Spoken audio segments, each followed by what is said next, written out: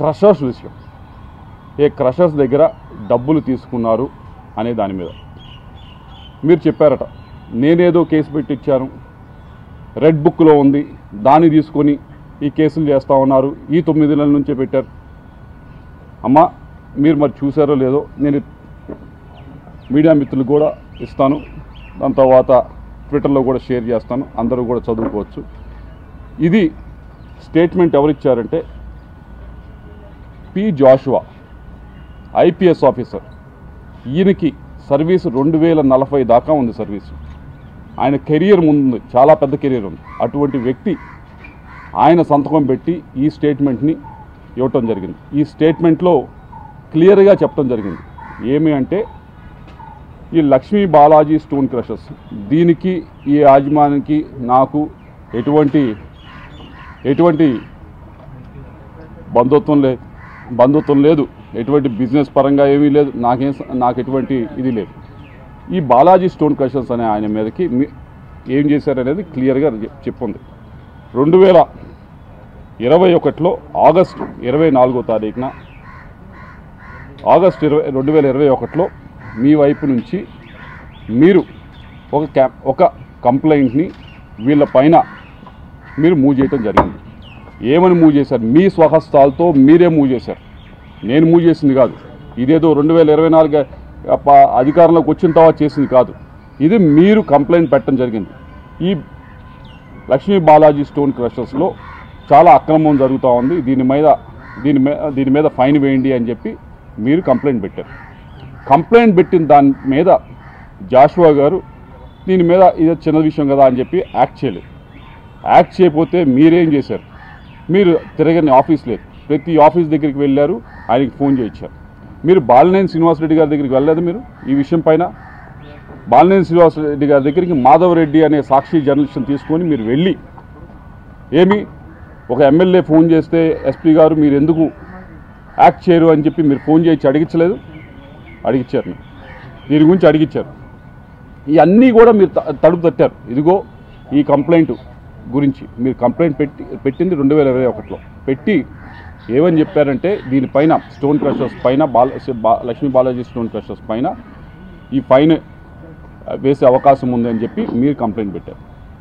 దాన్ని జాషువా గారు, ఎస్పీ గారు ఆ రోజు మూవ్ చేయకపోతే ప్రతి ఆఫీస్కి, ప్రతి ఒక్క పొలిటికల్ ఆఫీస్ దగ్గరికి వెళ్ళారు, వాళ్ళ దగ్గర నుంచి ప్రెషర్ పెట్టారు.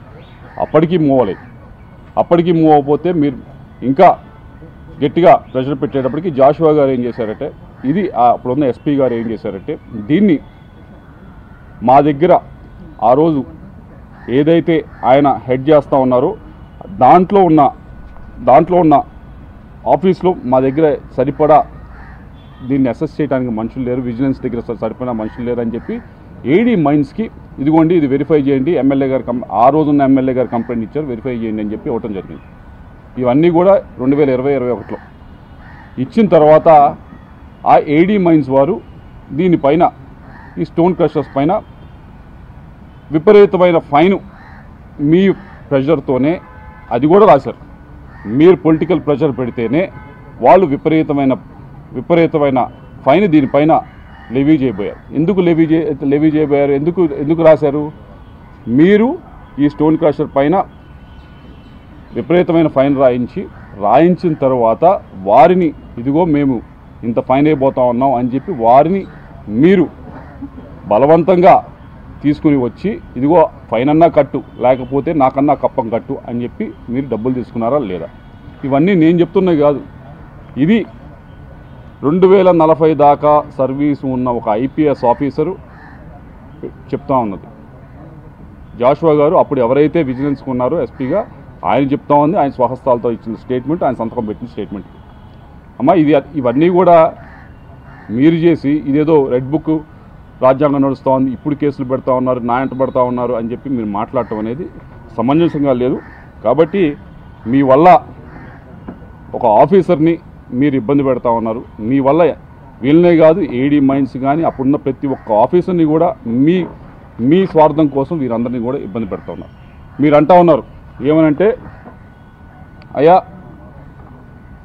నా పైన అనవసరంగా కేసులు పెడతా ఉన్నారు. అది మీ పైన ఎవరు అనవసరం కేసులు పెట్టలేదు, మీరు డబ్బులు తీసుకున్నారు కాబట్టి మీరు డబ్బులు తీసుకున్నారని చెప్పి ఎవరైతే డబ్బులు ఇచ్చారో ఆ స్టోన్ క్రషర్ మేము 2 కోట్లు 2.5 కోట్ల దాకా ఇచ్చాము మేమకి.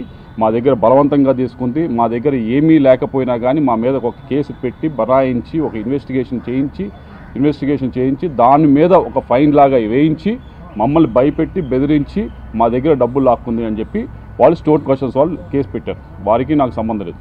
ఆ పెట్టిన కేసుకి జాషువా అనే వ్యక్తి ఇది జరిగింది అని నేరేషన్ క్లియర్గా చెప్పారు. ఆ రోజున్న ఎస్పీ క్లియర్గా చెప్పారు.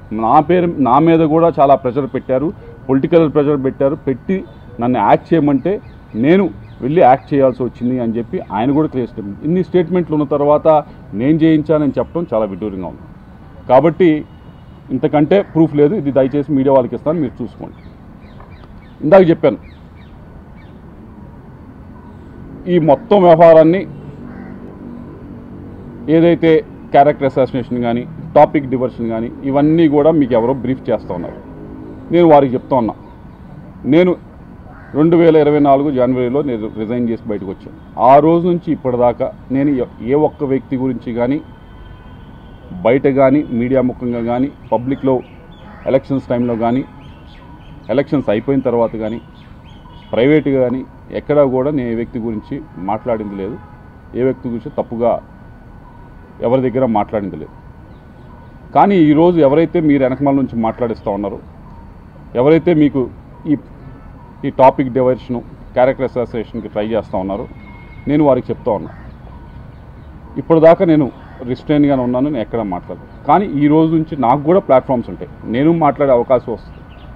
నాకు చాలా అవెన్యూస్ ఉంటాయి. వచ్చిన అవకాశంలో వచ్చిన ప్రతి ప్లాట్ఫామ్ మీద వచ్చిన ప్రతి అవెన్యూలో కూడా నేను మిగతా వాళ్ళలాగా ఏదో బూతులు తిట్టే కార్యక్రమం నా వల్ల కాదు, నాకు చేత కాదు. లేకపోతే మిగతా వాళ్ళలాగా ఈవిడ చెప్పినట్లు నిన్న అబద్ధాలు చెప్పడం అనేది నాకు చేత కాదు. నేను నిజమే చెప్తాను. ఏదైతే ఉందో ఆ ఫ్యాక్ట్స్ మొత్తం మేము బయటికి చెప్తాను. ఈ విషయమే కాదు, చాలా విషయాల గురించి మాట్లాడతాను, పేరులతో సహా తీసుకొని మాట్లాడతాను. ఇది ఎంత దూరం వెళ్తుందో చూసుకున్నాం. మీ అందరికీ చెప్పేది ఒకటే, మీ వెనకమాల ఎవరైతే ఉండి మాట్లాడుతున్నారో వాళ్ళు చెప్పేది ఒకటే, మీరే మొదలుపెట్టారు, ఇప్పుడు దీన్ని మేము ముందు తీసుకెళ్తాం. తప్పకుండా దీనికి తగిన విధంగా సరైన సమయంలో తప్పకుండా వచ్చిన అవకాశాన్ని ప్రతి ఒక్కటి ఉపయోగించుకొని పేరులు తీసుకొని కూడా మాట్లాడతా అని చెప్పి మీ అందరికీ కూడా తెలియజేస్తాం.